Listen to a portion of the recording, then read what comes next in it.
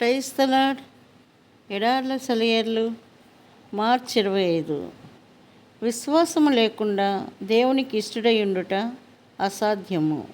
దేవుని యొద్దకు వచ్చువాడు ఆయన ఉన్నాడనియు తన్ను వెతుకు వారికి ఫలము దయచేయవాడనియు నమ్మవలెను గదా. హెబ్రీ 11:6. ఆశలు అడుగంటిన సమయాల్లో విశ్వాసం. నిస్పృహ ఆవరించిన రోజులు ఎన్నో బైబిల్లో ఉదహరించబడినాయి. చాలా మట్టుకు బైబిల్లోని వర్ణనలు ఇవే, దానిలోని కీర్తనల్లో భావం ఇదే. ప్రమాదాలు ఇలాంటి రోజుల గురించే. ఎన్నో సత్యాలు వెలికి రావడానికి కారణాలు ఇలాంటి సమయాలే. ఇరుకుల్లోనే వెలుగు నిండిన విశాలత వెలిసింది. మనిషికి జ్ఞానబోధ చేయడానికి ఇవి దేవుడు కల్పించుకున్న అవకాశాలేమో అనిపిస్తుంది.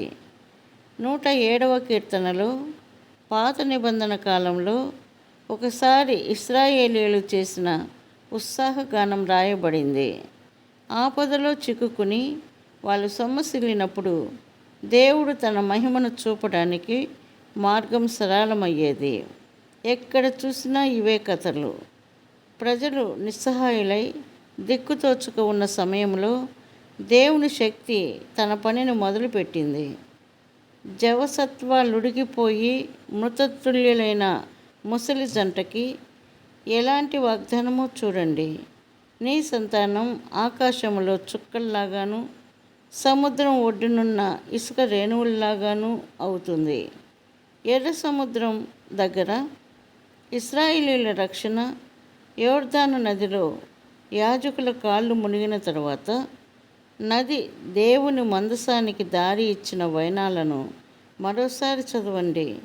కష్టాలతో కృంగిపోయి ఏం చేయాలో తెలియని స్థితిలో ఆసా, యెహోషాపాతు, హిజ్కియాలు చేసిన ప్రార్థనలను మరోసారి ధ్యానించండి.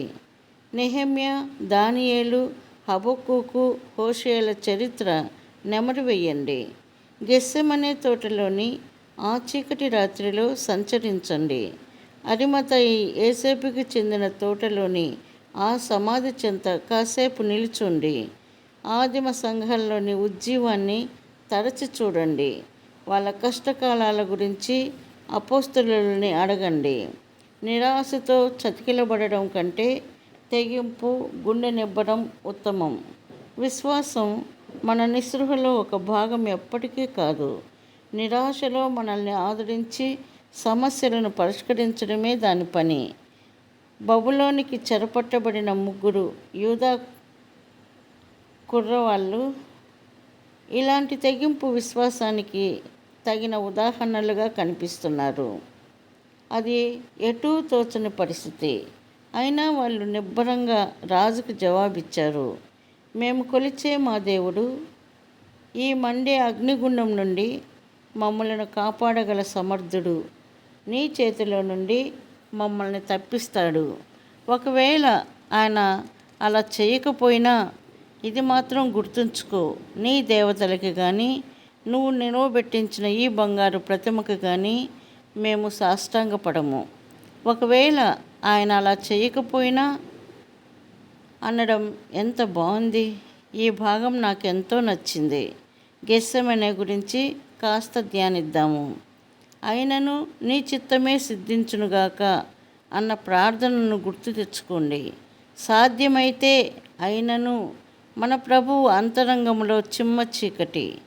విధేయత అంటే ఏమిటో తెలుసా? రక్తం కారేంత వరకు శ్రమ. పాతాళ కూపంలో దిగినంత చీకటి ఎదురైనా ప్రభువా నా ఇష్ట ప్రకారం కాదు, నీ చిత్తమే కానిమ్ము అనగలగడం. కష్టకాలంలో నిబ్బరాన్ని ఇచ్చే విశ్వాస గీతాన్ని ఆలపించండి. చెరసాల గోడల్లాగా ఆపదలు, ఆటంకాలు అడ్డుపడితే చేయగలిగినంత చేసి నేను చేతకానిది నీకు వదిలేను. అవరోధం పెరిగి అవకాశం తరిగి ఆవేదన వలలో నేను అల్లాడుతుంటే అసహాయతతో ఓ చిన్న ఆశాదీపం అనుగ్రహింపవస్తావని చూస్తోంది నీ కోసం.